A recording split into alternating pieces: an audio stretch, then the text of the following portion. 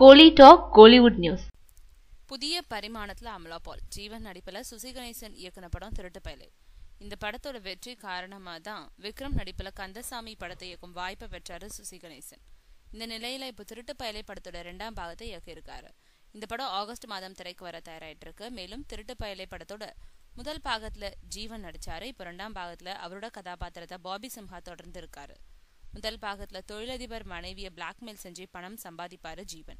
ஆனா இந்த பாகத்துல இணையதளம் மூலம் பெண்களை வசியப்படுத்தும் வேஷத்துல பாபி சிம்ஹா நடிச்சிருக்காரு. அந்த வகையில அவர்கிட்ட சிக்கிக்கும் 3 பெண்களை பத்தின கதை தான் இந்த படமா. அதுல அமலா பாலுக்கு அதிக முக்கியத்துவம் கொடுக்கப்பட்டிருக்கான். அம்மா கணக்கு படத்துக்கு அப்புறம் அமலா பாலை புதிய கோணத்துல காமிச்சிருக்காரு சுசி கணேசன். அதனால இந்த படத்துல என்ன புதிய பரிமாணத்துல காமிச்சிருக்காரு டைரக்டர். இதுக்கப்புறம் என்னை யாரும் சராசரி ஹீரோயினியா நினைக்க மாட்டாங்க, கதையோட நாயகி பட்டியல்ல சேர்த்துடுவாங்கன்னு சொல்றாங்க அமலா பால்.